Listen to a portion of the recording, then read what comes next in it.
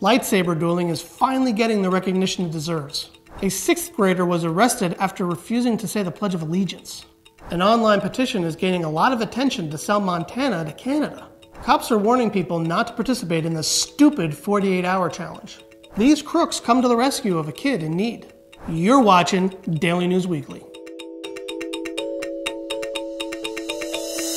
Rubber baby bumpers, rubber baby bumpers, rubber baby bumpers. Hey, stop that! You know I don't like it when you put that on the microphone. Sorry. Welcome to Daily News Weekly, where we highlight the stories from the past week that you might have missed. And I'm your host, Michael Sheridan. Finally, a sport I can really get behind. The Fencing Federation in France officially recognized lightsaber dueling as a competitive sport. This means a lightsaber is now equal to the foil, épée, and saber, all traditional blades used at the Olympics. Now, I'm sure there are probably plenty of people who think this is stupid, but truthfully, any fan of Star Wars or any Star Wars fan knows that lightsaber duels are really not any different than a regular sword fight. It's just as elaborate, and you're using a lot of the same techniques that are seen in a fencing duel or any kind of sword duel that you've seen in an old swashbuckling movie.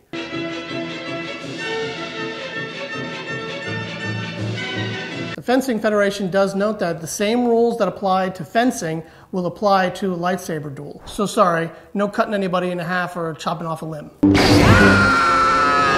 In related news, thousands of Jedi and Sith are now moving to France. 1 minute, a 6th grader in Florida is refusing to stand for the Pledge of Allegiance. The next, he's being arrested. A student at Lawson Childs Middle Academy in Lakeland apparently refused to stand for the pledge earlier this month. According to local reports, he told the substitute teacher that he felt that the national anthem and the flag were racist, and he didn't want to participate. The female substitute teacher then apparently argued with the student, and things escalated from there. A school security officer then came into the classroom and ultimately ended up arresting the student because he was being supposedly disruptive and wouldn't leave the class. Local reports didn't indicate that there was any physical violence involved in the arrest. It was just that the student was refusing to leave the classroom, and apparently he had made some threatening statements. School officials did release a statement about the incident and said in part, "The student was arrested after becoming disruptive and refusing to follow repeated instructions by school staff and law enforcement. The student was not arrested for refusing to participate in the pledge." Police also said that the arrest had nothing to do with the fact that the student wasn't saying the Pledge of Allegiance. The arrest was based on the student's choice to disrupt the classroom, make threats, and resisting the officer's efforts to leave the classroom. School officials there did say that students at that school are not required to actually say the Pledge of Allegiance, and apparently the substitute teacher was not aware of this. But that doesn't seem to be an excuse. It seems like this whole thing escalated into something that should never have happened. A 6th grader should never be arrested over an argument about the Pledge of Allegiance. And it seems like somebody there was obligated to be an adult, and it seems like that should have been the teacher. But what do you think? Cops say this latest internet craze is no joke. Apparently there's a viral hashtag going around known as the 48-hour challenge, where teens are supposed to cut themselves off from social media and pretend that they've actually vanished for 48 hours. 2 whole days. They would then gain points if they get attention on social media for being gone. I'm just going to say this. This is stupid. Dumb. Only morons would actually do this. Speaking completely as a parent, if one of my kids did this and faked being kidnapped or vanishing for 2 days, you bet your butt I'd be pretty pissed off.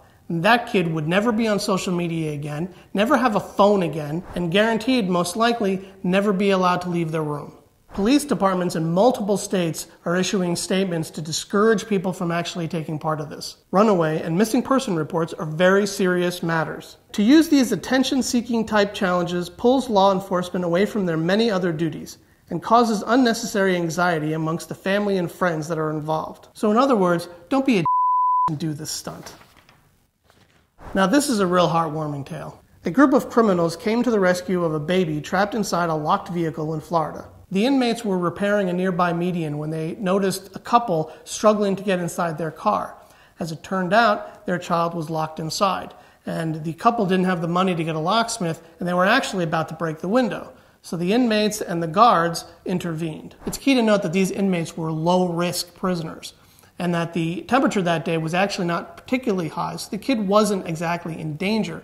But it was a decent thing to do, I think, for these people to get involved and actually help out. And essentially what they did is they managed to pry the door open enough so one of the criminals, who apparently had some skill in this area, used a coat hanger to reach in and unlock the door.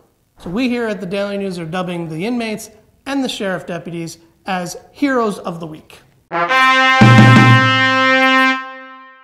There's just something about some criminals who do good that really kind of touches in the heart, I think. What the heck did Montana do to anybody to deserve this? A Change.org petition is gaining thousands of supporters who think we should sell Montana to Canada for $1 trillion so we can pay off the national debt.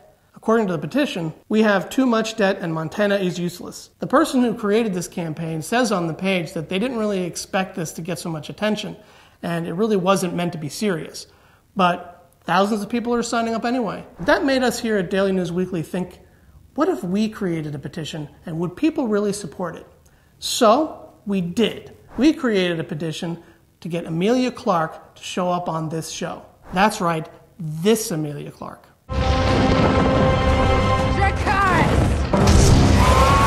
So please, click the link below, sign the petition. Let's get Emilia Clarke to agree to be on this show and co-host it with me, and she'll read the news stories and everything. It'll be a lot of fun. I mean, it'll be a lot of fun, right? You are kidding yourself. Emilia Clarke would never do this show. Maybe she will. You never know. She seems like a cool person. She's a big star. She's never going to come back. You know, you're always so negative. Always so negative. That's this week's episode. Thank you for watching. Please, if you enjoyed it, hit the like button. And if you subscribe, don't forget to ring the bell so you get notifications every time a new episode is posted. I'm Michael Sheridan. My social links are down below. Go ahead and follow me. Especially if you're Emilia Clarke.